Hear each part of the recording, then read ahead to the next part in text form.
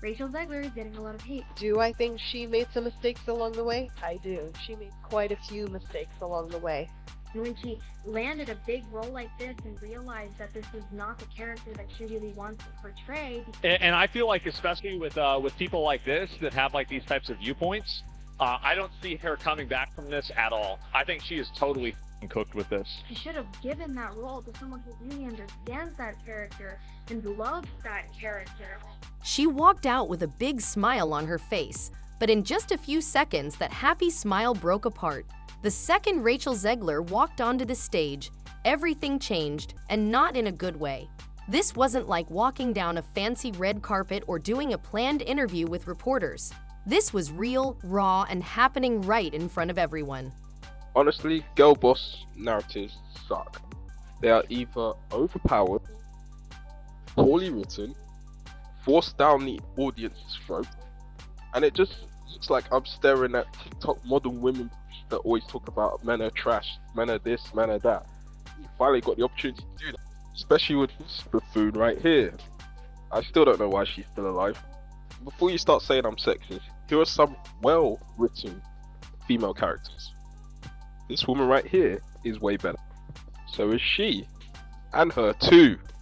Man, I love this girl, honestly. She couldn't fit in the background, but Debbie is definitely number one. As she stood in front of a crowd of people who were supposed to clap for her, something else hit her instead. It was a cold, growing wave of boos. People making loud sounds to show they didn't like her. You could hear it clearly, and it kept getting louder and louder. People who saw it happen said her face changed right away. Her eyes got really wide, her hands started shaking, and then she just broke down. Right there in front of all the flashing cameras and shocked fans, Rachel Zegler started crying. But this wasn't just about one terrible night.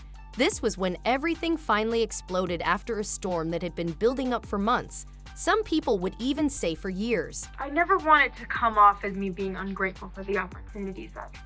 When I say that this has been the biggest adjustment of my life, understanding the way my life operates now, being who I am, and the things that I've been so fortunate to make, it comes with so much ground that I never thought I would be able to cover, and that people think I'm doing poorly, and other people think I'm doing gracefully, and I don't think I'm doing it at all.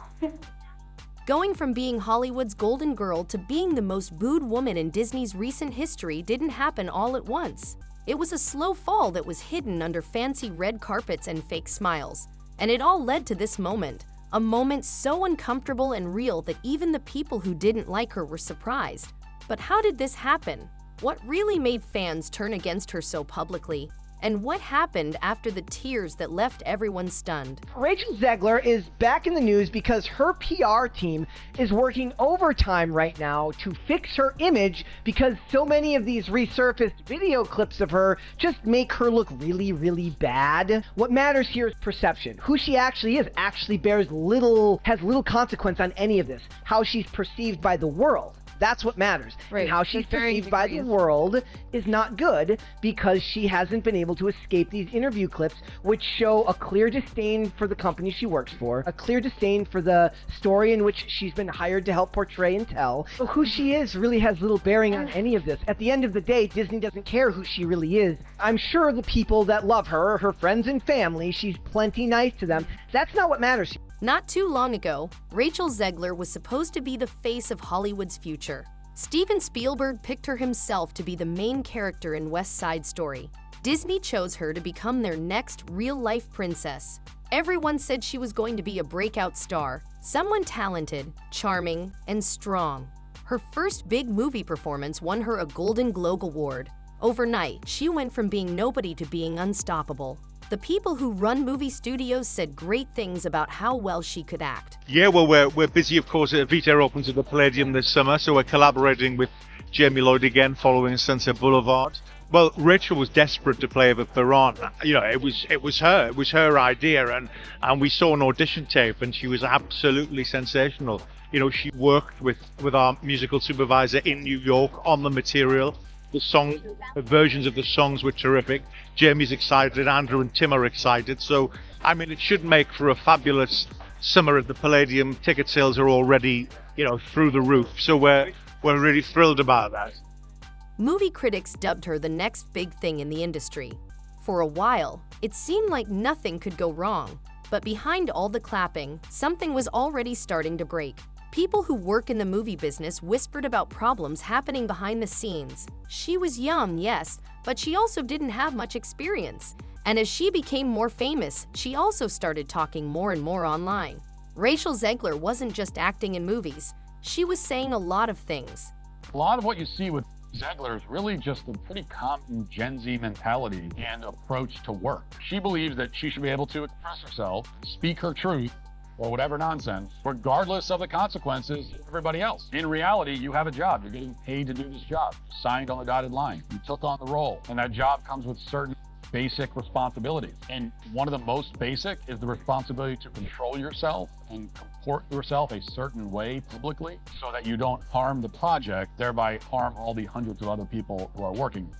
She went from calling classic Disney stories weird to making fun of decades of storytelling with sarcastic one-liners. She quickly became known not for being humble, but for making fun of things. Instead of making fans like her more, she pushed them away. Her interviews, which were supposed to make people excited about her movies, became things that made people angry. Funny internet pictures making fun of her exploded everywhere. And to everyone, it's what I win. A win mystery came to a booth in people. People, the line up. There's no color. Despite my flaws, despite my crafts, and players they are really outside. But at every premiere, I don't even like you. Go away and lunch. Comment sections became mean and hostile. The same audience she was supposed to lead into a new Disney time period started turning away from her. What once looked like an amazing rise to the top started to feel more like counting down to something bad. And nobody knew when it would finally happen, until now. Girl power, girl boss. Everyone needs to be a strong, independent woman that don't need no man. And everybody is tired of that. Everybody is sick of that. And everybody is ganging up on Rachel. She dealt with some really, really severe backlash, which I can kind of understand. But me personally, I'm not under the impression that she wasn't maybe told to make this happen, to create some type of a draw for the movie. Because this is a narrative that Disney particularly is trying to push. Everything came crashing down with Snow White. What was supposed to be Rachel Zegler's biggest success turned into a complete public relations disaster. Instead of loving the magic of the classic fairy tale, Zegler seemed almost annoyed by it. Disney, get your girl. Rachel Zegler is making it very difficult to be excited for the new Snow White movie that's supposed to come out next year. If you are living under a rock, there's been a lot of controversy about the fact that Rachel Zegler is playing Snow White in the film. That's not where my problem is. I'm all for it. Go for it. But what she's doing in press, and these are interviews that I believe were done before the actors' strike, but of course are now being brought up on the internet. She's basically talking about how much she didn't like the actual original movie, even saying that it scared her, and then talking about how the love story in this isn't really going to be at the forefront, that Prince, yes, has been cast, he's in it, but might be cut, Hollywood, and that the Prince in the original film was problematic and was creepy because he was stalking Snow White. I just can't believe that Disney's PR hasn't silenced her on this. The live-action movies already have a problem where people are kind of over them and they don't like the changes that are being made from the originals to these. And with this one, we're definitely going to see some change. Are still willing to take the risk, because here's the hard truth. Hollywood might love a story about someone making a comeback, but only when it helps them make money. Movie studios are watching closely, figuring out if she can still make money for them. They're not looking at how talented she is, but at how much people like her. Computer programs are looking at numbers and data. Social media teams are reading through what people think about her. Movie executives are asking the one question that matters most in their world. Can she still get people to buy movie tickets? Right now, nobody knows the answer for sure. Zegler's fall from being loved didn't just hurt how people see her. It caused problems throughout the whole movie industry. Movies she was once going to be in are now rumored to be stopped for now. The people who choose actors for movies are nervous about picking her. Movie directors are worried. Even the people in the industry who used to support her have gone quiet. They're waiting to see what happens before they decide to help her again. And then there's Disney, the movie studio that once believed in her. After the Snow White disaster, they've been really quiet. No public defense of her. No statements saying they support her. Just quiet, careful distance. The kind of silence that says a lot in Hollywood. But she hasn't lost everything yet. Some stars come back even stronger after they fall down. But only the ones who change themselves. Think about Kristen Stewart after Twilight or Robert Pattinson after all the tabloid drama. Both of them disappeared from the mainstream spotlight for a while. Both came back with powerful, different performances that changed how people saw them as actors. They stopped trying to get everyone's approval and started trying to find truth in their work. Audiences respected that. Eventually, they forgave them.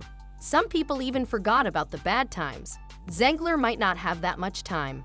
Social media moves faster now. The cycle of people getting angry is shorter, but so is the time people are willing to forgive. If she waits too long, she risks being replaced by someone else. If she tries to come back too soon, she risks making the storm start again. So what happens now? There are whispers, not confirmed, but people keep talking about them, that she's already had meetings with independent movie directors, that she's thinking about doing an honest podcast interview, that she's even reached out to some people she used to work with to say sorry quietly, away from cameras. If that's true, it could be a beginning. A real beginning. But it won't be enough to just show up.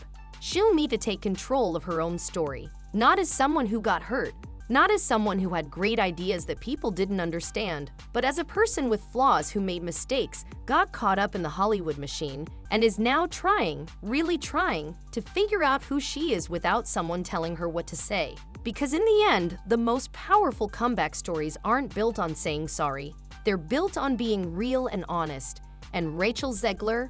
She's got one chance left to prove she's not just another Hollywood headline. She's human, and maybe, just maybe, that's enough.